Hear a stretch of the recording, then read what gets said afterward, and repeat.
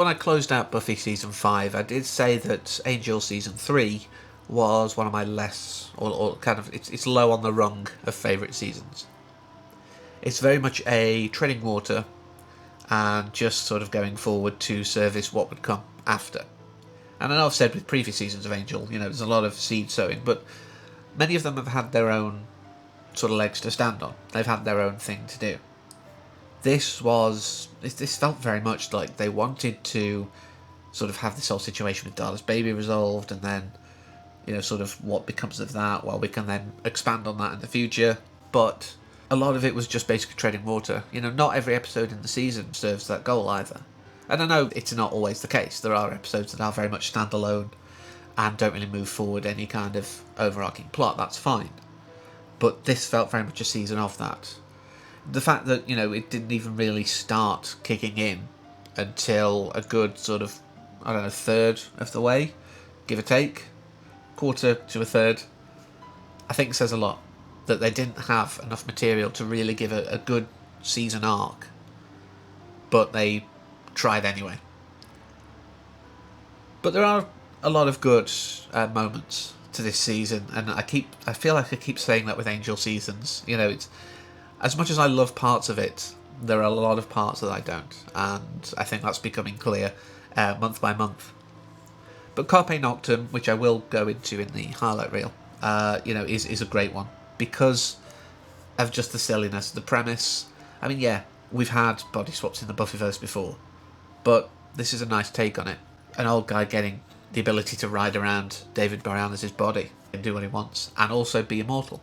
Perfect. But, I will go into that in more detail because there's a lot of humour, there's a lot of great moments that I think need to be picked out. Fredless was another one which, again, I want to expand on, but it gave us the Burkles. We finally saw the Burkles, and we understood the pain they went through. We were given this impression that maybe they weren't the best parents ever. They're a little, overbearing perhaps, but their heart's in the right place. They're lovely. And, Fred's more... We learn that Fred's fear isn't them. It's what they mean. The fact that it all really happened. If her parents are there and after she's been there, then it must have all been real. Because she can't wake up having that whole part of her life disappear. And it's quite a touching episode, and like I say, there's great moments, there's a lot of humour in it. And it does set up an arc that really, I suppose, is furthered in Season 5, when Illyria takes over Fred's body and the Burkles come and they're trying to, are we going to be honest or are we going to hide it? And there's a lot of hot fun moments there, and I can't wait to talk about that episode. Again, this is all setting up for later. We had the whole situation with Billy, who was very creepy. The most misogynistic person, but he doesn't see himself as the bad guy, and in some ways he isn't. He's more just an enabler. That's how he sees himself. He just releases what's already there in people. But that's because of his own worldview. That's what he believes.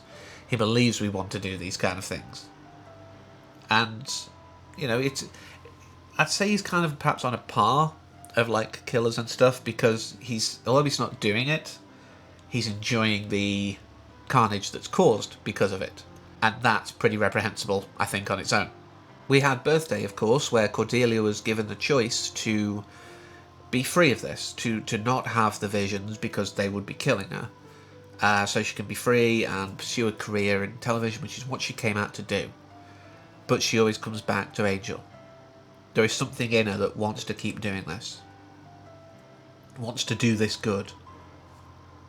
And, she always comes bouncing back. We are far removed from the self-absorbed fashionista of Sunnydale High.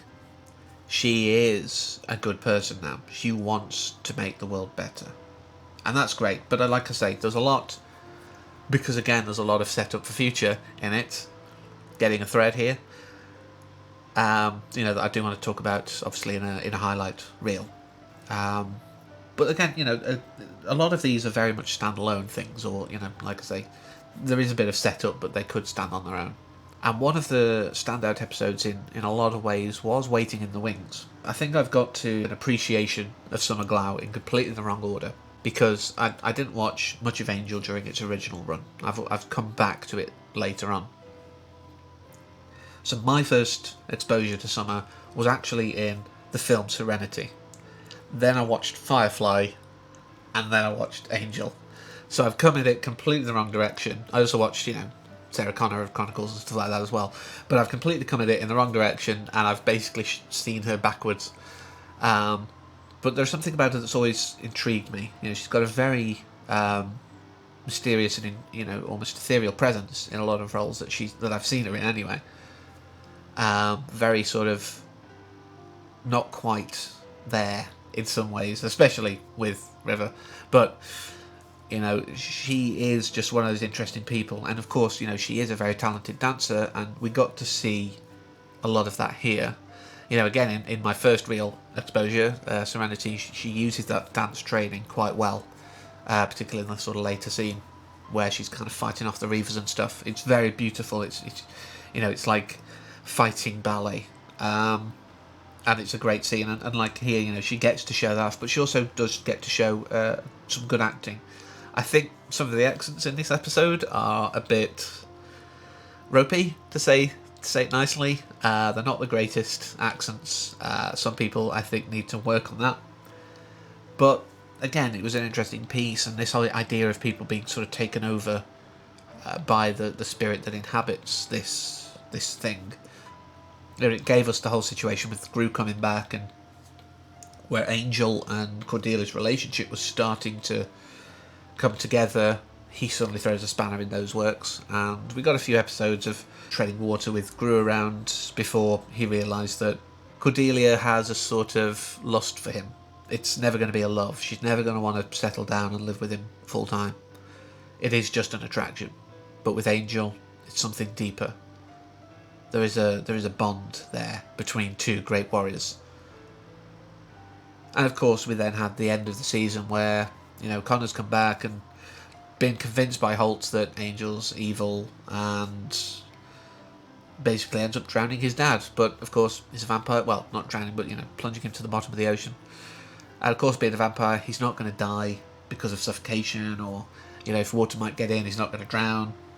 So he's just going to disappear down there. And this, of course, was when he's meant to be going and meeting Cordy, who is going to be ascended. And it does leave the season on a great cliffhanger, I will say that. Whilst I've said, it keeps setting up the future, that's a good setting up the future to me. This whole idea of, sort of leaving a cliffhanger, it's something that series that are very confident they're coming back for another year like to do. Because it gets that viewership. It basically justifies that new season that they've been granted by the networks. Thank you very much, sir. So whilst I don't like the idea of constantly setting up the future, those kind of things are fine. And it was a great way to do it. We were going to have this, Cordelia and Angel, it's going to be the new great romance. And I'm sure the people are like, she's not Buffy. But I don't care. They Buffy and Angel don't work for me. But don't give me hate. It's personal preference. But yeah, so, Cordelia and Angel would have worked quite well.